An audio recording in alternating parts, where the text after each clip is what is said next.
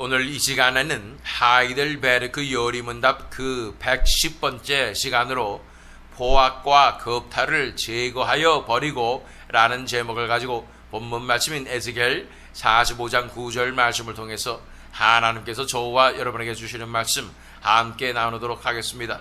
이제 우리가 하이델베르크 요리문답의 막바지에 이르러서 10계명을 묵상하고 있는 중입니다.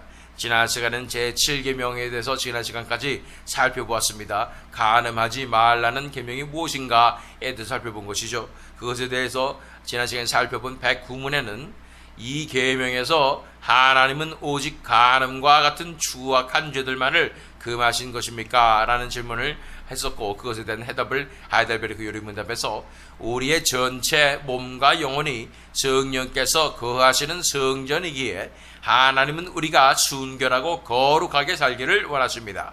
그래서 하나님께서는 모든 부정한 행동, 표정이나 말, 생각과 욕망을 금하시고 또한 그러한 행동을 조장하는 것을 금하십니다.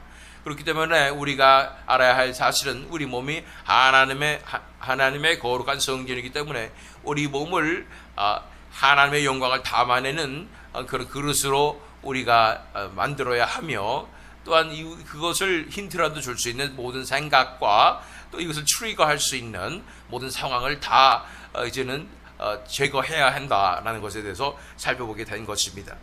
자, 오늘은 제8계명으로 넘어가게 됩니다. 110문이 바로 8계명에 관한 것입니다.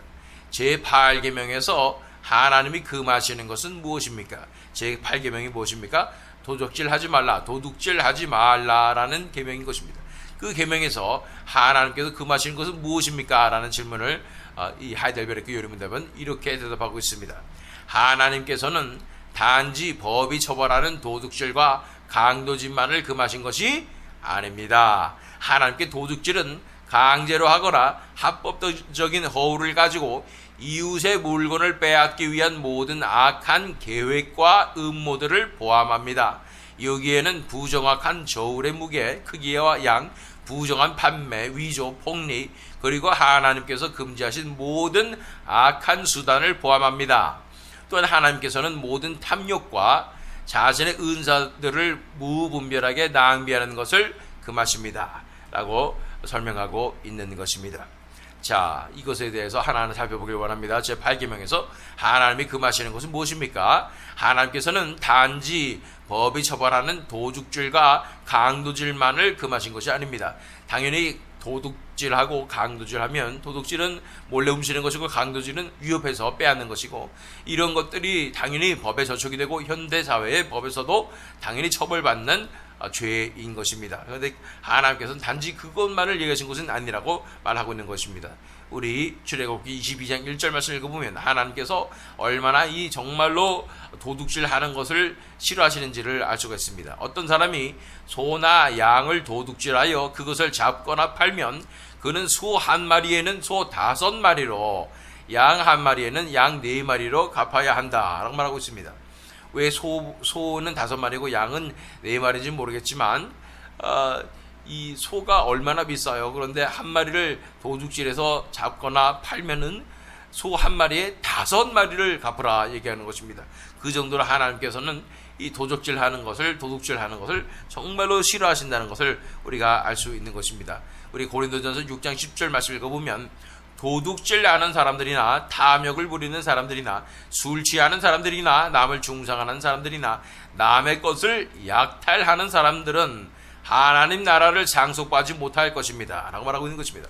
이 도둑질하는 것이 생각보다 그런 행위, 이 나쁜 짓에 관련된 것이 아니라 마음에 관련된 것이고, 이 마음을 하나님께서 굉장히 싫어하신다는 것을 볼 수가 있는 것입니다. 탐욕과 관련이 있고요. 남의 것을 약탈하는 이런 것들은 하나님께서 정말로 싫어하시는 죄이며, 그래서 하나님의 나라를 상속받지 못할 것이라고 그렇게 못 박아서 말씀하고 있는 것입니다. 자, 제8계명에서 하나님께서 금하시는 것은, 하나님께서는 단지 법이 처벌하는 도둑질과 강도질만을 금하신 것이 아닙니다. 하나님께 도둑질은 강제로 하거나 합법적인 허울을 가지고 이웃의 물건을 빼앗기 위한 모든 악한 계획과 음모들을 포함합니다. 그냥 법에 걸리는, 그래서 뻔히 보이는 도둑질이나 훔치는 것이나 또는 강도짓 하는 것뿐 아니라 이 법에는 저촉이 되지 않은 것 같은데 몰래 편법으로 돌려서 하는 모든 악한 생각과 계획과 음모들이 다 포함된다고 말씀하고 있는 것입니다.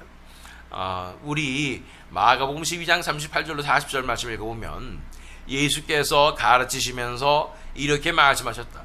율법학자들을 조심하여라.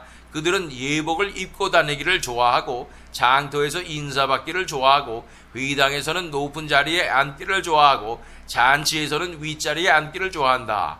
그들은 과부들의 가산을 삼키고 남에게 보이려고 길게 기도한다. 이런 사람들이야말로 더 엄한 심판을 받을 것이다 라고 말하고 있는 것입니다.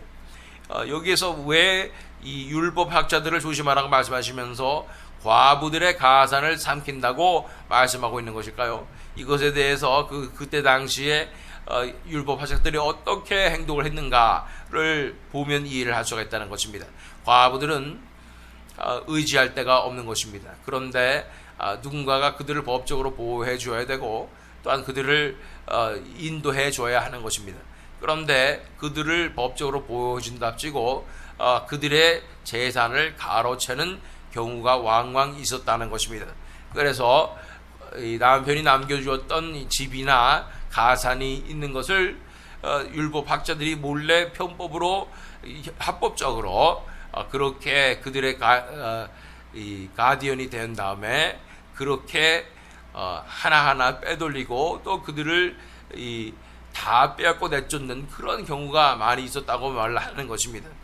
불법은 아닙니다. 그러나 이런 악한 의도와 계획을 가지고 이러한 불쌍한 자들을 착취하게 되는 것, 이런 것을 하나님께서 가장 싫어하신다는 것입니다. 이것이 바로 도적질하는 것이라는 것입니다. 그런 의미에서 봤을 때 하나님께서 왜 도적질을 싫어하는가, 도둑질을 왜 싫어하시는가? 그것은 특별히 하나님께서 사랑하신 영혼들, 가난한 영혼들을 억누르고 그들을 착취하고 그들에게 유익을 취하는 이런 일들을 저지르게 되기 때문에 하나님께서 정말로 싫어하신 죄가 바로 이러한 도둑질이라는 것입니다. 자, 우리가 묵상해야 될 포인트가 여기에 있습니다. 이렇게 율법학자들이 과부들을 등쳐먹는 이런 상황들은 정말로 우리가 보기에도 참 너무한다라는 생각이 들지만 우리 마음 가운데 있어서도 이렇게 이 기회만 보면 이렇게 그 기회를 꼭 붙잡아서 유익을 보려고 하는 그런 습성이 우리 마음 가운데 있다는 것을 우리가 인정할 필요가 있다는 것입니다. 어떻게 해서든 하나라도 더 빼먹고 싶은 그런 습성이 있다는 것입니다. 그래서 이 마켓에서 세일을 하면 물론 정말 좋은 일이 있죠.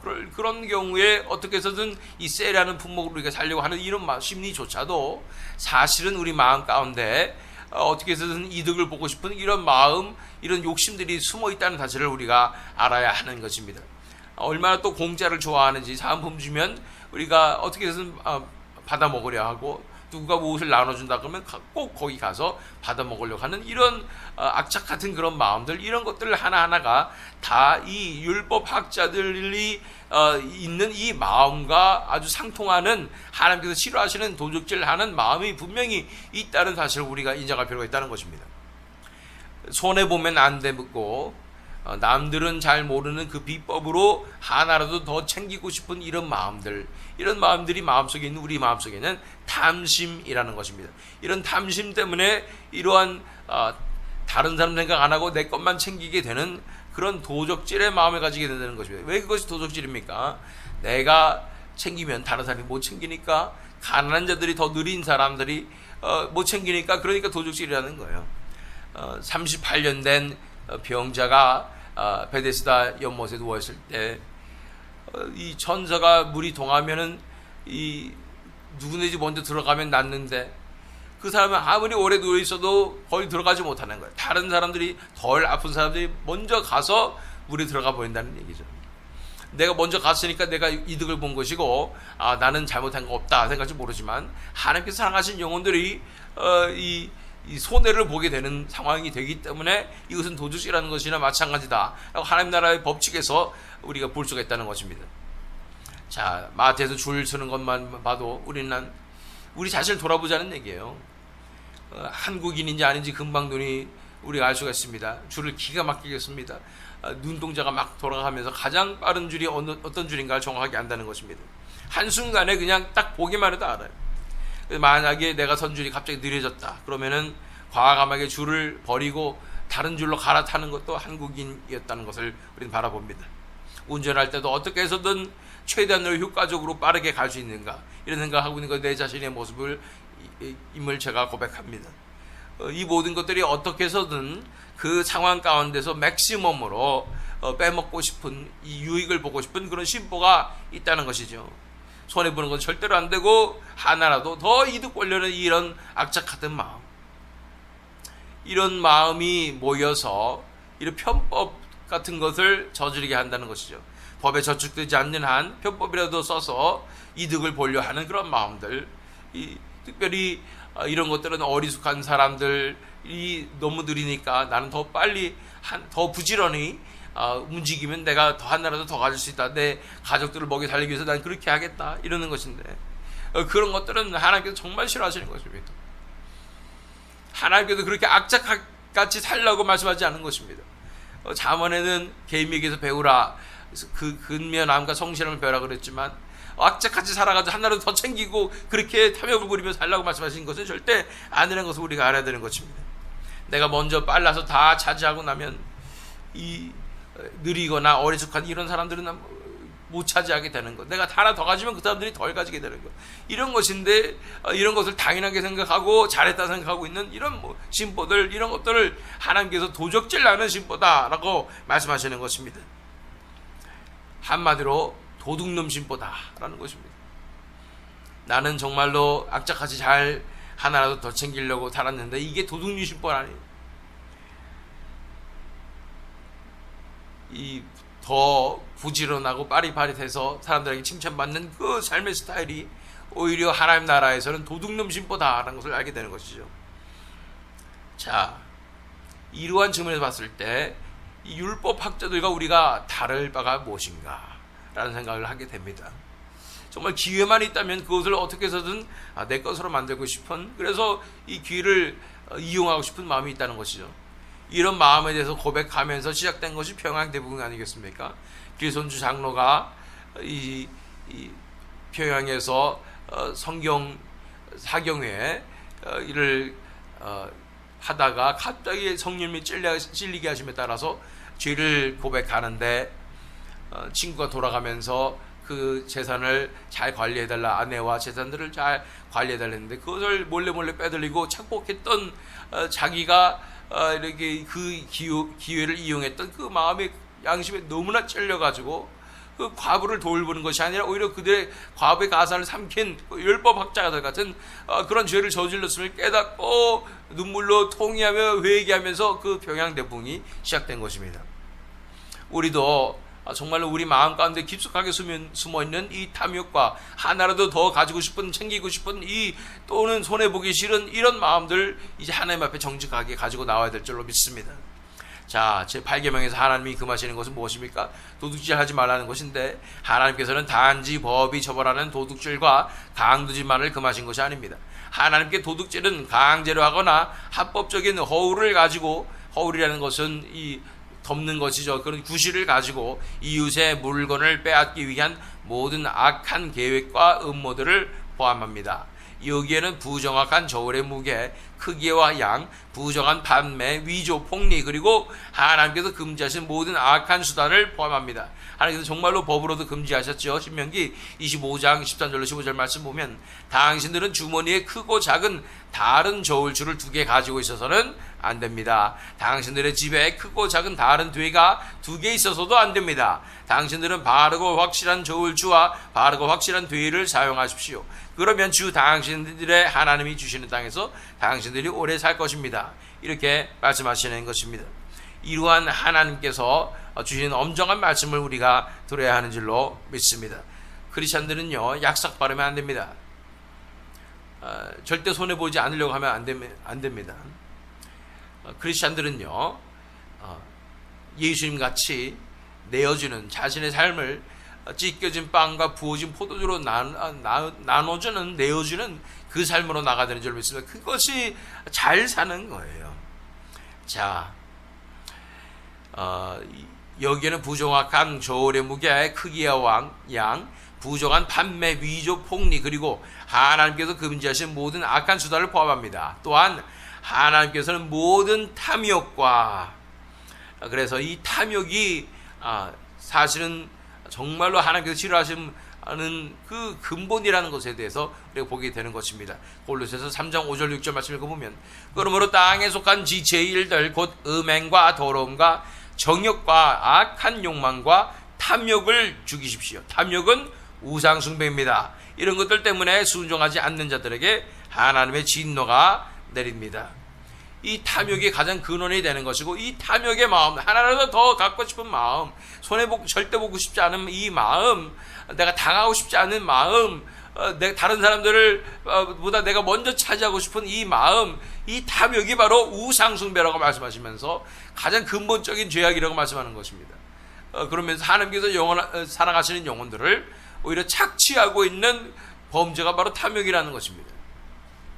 왜 어떻게 내가 더 부자가 되고 내가 좀 더 잘 살려고 하는 것이 어떻게 다른 사람을 착취하는 것입니까? 이 리소스는 다 제한이 되어 있죠. 그런데 내가 하나 더 차지하고 더 누리고 더 먹으면 가난한 자들은 더 먹지 못하게 된다는 것을 우리가 기억해야 한다는 것입니다. 크리스찬들이 그래서 탐욕을 부리고 더 가지려고 하고, 이런 것들은 정말로 하나님 나라에서 이 가장 큰 죄악 중에 하나라는 사실을 우리가 알아야 된다는 것입니다. 자, 다시 한번 보라봅니다. 백신문 제8계명에서 하나님이 금하시는 것은 무엇입니까? 하나님께서는 단지 법이 처벌하는 도둑죄과 강도짓만을 금하신 것이 아닙니다. 하나님께 도둑죄는 강제로 하거나 합법적인 허울을 가지고 이웃의 물건을 빼앗기 위한 모든 악한 계획과 음모들을 포함합니다. 여기에는 부정확한 저울의 무게, 크기와 양, 부정한 판매, 위조, 폭리, 그리고 하나님께서 금지하신 모든 악한 수단을 포함합니다. 그래서 크리스천들은 비즈니스 하면서 이 탈세해서는 절대로 안 됩니다. 할 거는 다 하면서 정직하게 살아야 하는 것입니다. 또한 하나님께서 모든 탐욕과 자신들의 은사들을 무분별하게 낭비하는 것을 금하십니다 라고 말하고 있는 것입니다. 그래서 자신들의 은사들을 무분별하게 낭비하면 안 된다. 하나님께서 받은 그 선물을, 하나님께서 주시는 은혜를 무분별하게 낭비하면 안 된다고 말하는 것입니다. 누가복음 16장 10절로 12절 말씀, 지극히 작은 일에 충실한 사람은 큰 일에도 충실하고 지극히 작은 일에 불의한 사람은 큰 일에도 불의하다. 너희가 불의한 재물에 충실하지 못하였으면 누가 너에게 참된 것을 맡기겠느냐? 또 너희가 남의 것에 충실하지 못하였으면 누가 너에게 너희의 몫인들 내주겠느냐? 그래서 이 불의한 재물에도 충실하라고 말씀하시면서 무분별하게 낭비하지 말라고 말하는 것입니다. 내가 더 가지려고 하는 것은 내가 더 또 낭비되는 것이 너무나 많다는 것입니다. 이 낭비하지 않는 삶도 굉장히 중요한 것입니다. 그래서 청교도들이 살았던 그 삶은 더 가지려고 하지 않고 욕심 부리지 않고, 그리고 또 낭비하지도 않는 이런 검소한 삶을 살았던 것입니다. 이것이 크리스천들의 기본적인 삶의 자세임을 우리가 또한 바라볼 필요가 있다는 것입니다. 우리가 재물을 누리려고 주신 것이 아닙니다. 나눠주라고 주신 것이고, 재물을 통해서 하나님의 나라를 이루라고 주신 것임을 우리가 기억하고, 우리 개개인의 삶 가운데서는 검소하고 또 낭비하지 않으며 또한 탐욕 부리지 않는 그런 삶으로 나가야 되는 줄로 믿습니다. 자, 이 모든 이 질문과 대답에 대해서 자세하게 묵상하기 위해서 본문 말씀인 에스겔 45장 9절 말씀 읽겠습니다. 주 여호와께서 이같이 말씀하셨느니라. 이스라엘의 통치자들아, 너희에게 만족하니라. 너희는 포악과 겁탈을 제거하여 버리고 정의와 공의를 행하여 내 백성에게 속여 빼앗는 것을 그칠지니라. 주 여호와의 말씀이니라. 여기도 보면 특별히 우리가 먼저 짚고 넘어가야 되는 것은 이스라엘의 통치자들아 너희에게 만족하니라 라고 말씀하신 것은 마치 하나님께서 이스라엘 백성들의 통치자들을 기뻐하시는 것처럼 오해할 수 있는 구절입니다. 그렇게 번역이 되어 있는데 원문에 보면은 주어가 이렇게 되어 있지 않습니다. 한마디로 뭐냐면 이스라엘 통치자들아 그 전 구절에 있는 것처럼 너희에게 내가 베풀어준 은혜가 충분하다. 너에게 만족하니라. 만족이라고 썼으니까 이렇게 문제가 되는데 너에게 충분하니라 라고 말씀하신 것으로 이 개역개정에서는 그렇게 해석을 하였고, 오히려 또한 새 번역에서는 원문에 더 가까운 새 번역에서는 이렇게 번역했습니다. 나 주 하나님이 말한다. 너희 이스라엘 통치자들아 이제는 그만하여라. 이제는 it's enough. 네가 지금 했던 모든 나쁜 행동들이 다 이제는 충분하니까 그만해라 라는 뜻으로 보는 것이 대부분의 사실은 번역들이 하고 있는 번역인 것입니다. 폭행과 탄압을 그치고 공평과 공의를 실행하여라. 내 백성 착취하는 일을 멈추어라. 나 주 하나님의 말이다 라고 말씀하고 있는 것입니다. 그렇습니다. 이 착취하는 것을 하나님께서 정말로 싫어하시고 이 착취가 되는 이 상황, 특별히 가난한 자, 또 나그네들, 과부와 고아들을 착취하는 것, 그들이 약한 존재니까 그들을 등쳐먹어서 내가 이득을 보려고 하는 이런 것들을 하나님께서 가장 싫어하시는 상황이라고 말씀하고 있는 것입니다. 자,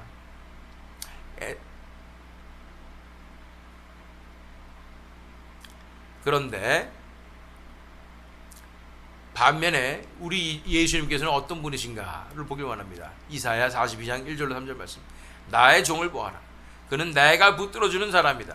내가 택한 사람, 내가 마음으로 기뻐하는 사람이다. 내가 그에게 나의 영을 주었으니 그가 문 민족에게 공의를 베풀 것이다. 그는 소리치거나 목소리를 높이지 않으며 거리에서는 그 소리가 들리지 않게 할 것이다. 그는 상한 갈대를 꺾지 않으며 꺼져가는 등불을 끄지 않으며 진리로 공의를 베풀 것이다.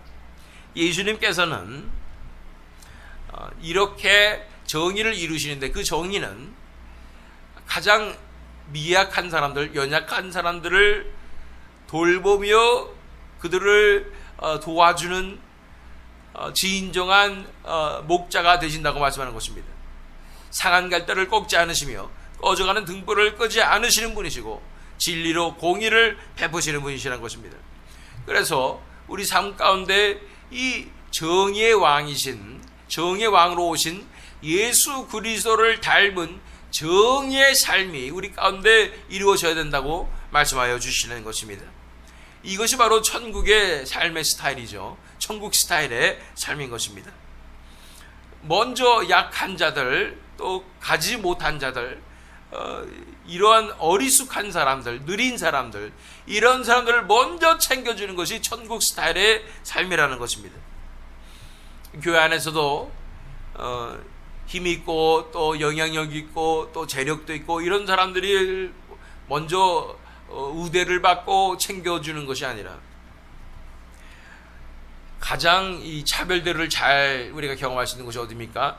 바로 비행기 아니겠습니까? 비행기 타면 퍼스트 클래스, 비즈니스 클래스, 또 일반 이코노미 클래스가 다 다른데 엄청난 차별을 받습니다. 돈을 내가 더 많이 냈으니까 퍼스트 클래스 가면은 뭐 아주 극진한 왕같이 대접을 받고 자리도 얼마나 넓은지 다 가림막을 가리면 내 이 개인 전용실 같이 그렇게 누워서 편하게 갈 수 있고 서비스도 얼마나 좋은지, 얼마나 승무원들은 왕 모시듯이 모시는지, 그렇게 돈 많은 사람들을 우대하고 특별 대해주고 이런 것이 세상입니다. 교회에서는 그래서는 절대 안 된다는 거죠. 그게 반대가 되어야 하는 것입니다. 먼저 약한 자들, 또 가난한 자들, 힘없는 자들을 챙겨줘야 하는 것입니다. 오히려 소외되고 연약하고 외로운 자들을 먼저 챙겨줘야 한다는 것입니다. 어딜 가나 그 공동체에서 무시당하는 사람들이 있게 마련인 것입니다. 왜냐하면 다른 사람들과 달리 좀 특별한 사람들이 있습니다. 특이한 사람들이 있어요. 그런 사람들은 주로 어떤 사람들입니까? 아주 사회적으로 어리숙한 사람들입니다. 그래서 눈치가 빠릿빠릿하지 못해서 이 분위기 파악을 잘 못하고, 그래서 엉뚱한 소리 많이 하고, 특별히 자신의 생각을 감추는 그런 것들을 잘 못해가지고 아주 순수하게 자기 생각을 그대로 말해버리는 거죠. 그러면은 인간의 타락한 본성으로 순수하게 자기 생각을 그냥 말해버리면 얼마나 다른 사람들이 싫어하는 그런 말을 하겠습니까? 이런 사람들이 꼭 있다는 것이죠. 이런 사람들은 이 사회에서는 정말로 싫어하고 무시하는 사람들인 것입니다. 너무나 수준 낮은 사람들인 것이죠. 그러나 그 사람들과 이 잘 커버하는 사람들, 자기 감정을 잘 감추고 할 말 딱 구별해서 하는 사람하고 다른 점이 무엇입니까?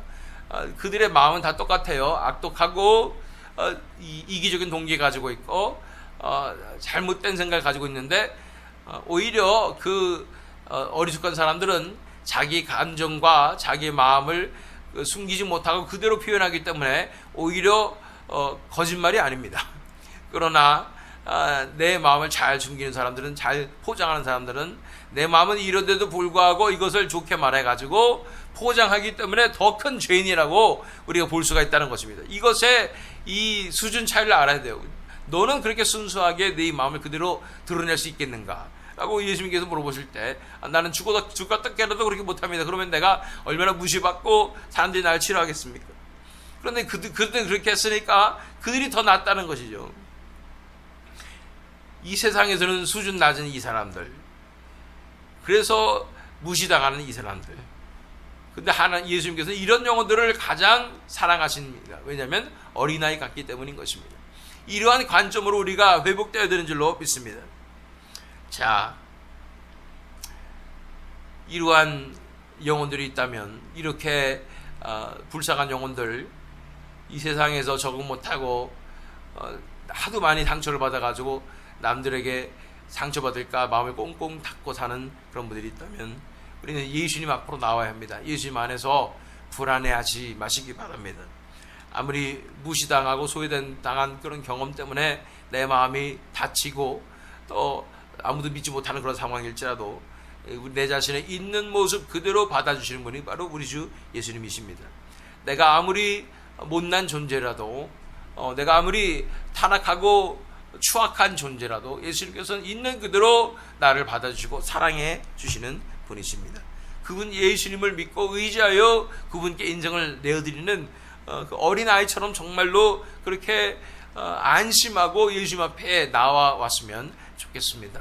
그러한 예수님이 되는 작은 예수가 되어서 그런 자들을 정말로 사랑해주고, 얼마나 나에게 상처를 많이 주겠어요. 얼마나 막말을 많이 나에게 내뱉겠어요. 그럼에도 불구하고 그들을 끝까지 받아주고 사랑해줄 수 있는 그런 예수님 같은 사랑으로 우리가 나와야 하는 줄로 믿습니다. 이것이 천국 스타일의 삶이고, 이것이 도둑질하지 않는 그러한 삶임을 우리가 알 필요가 있다는 것입니다. 하나님께서 사랑하시는 그 영혼들을 사랑해주고, 또 그들을 먼저 챙겨주고, 내 것 먼저 챙기지 않고 그들을 먼저 챙겨줄 수 있는 그러한 마음으로 나가는 것이 진정한 도둑질하지 않는 천국 스타일의 삶이라는 것을 우리가 살펴보면서 오늘 하루도 정말로 내가 손해보지 않으려고 하는 그런 도둑놈 심보, 이런 것들을 다 내려놓고 예수님 같은 천국 스타일의 삶으로 내가 살아갈 수 있도록 나를 불쌍히 여겨주시고 은혜 내려주시옵소서, 이렇게 기도하시는 저와 여러분 되시기를, 또한 이 세비든 장로교 되기를 예수 그리스도 이름으로 축원합니다.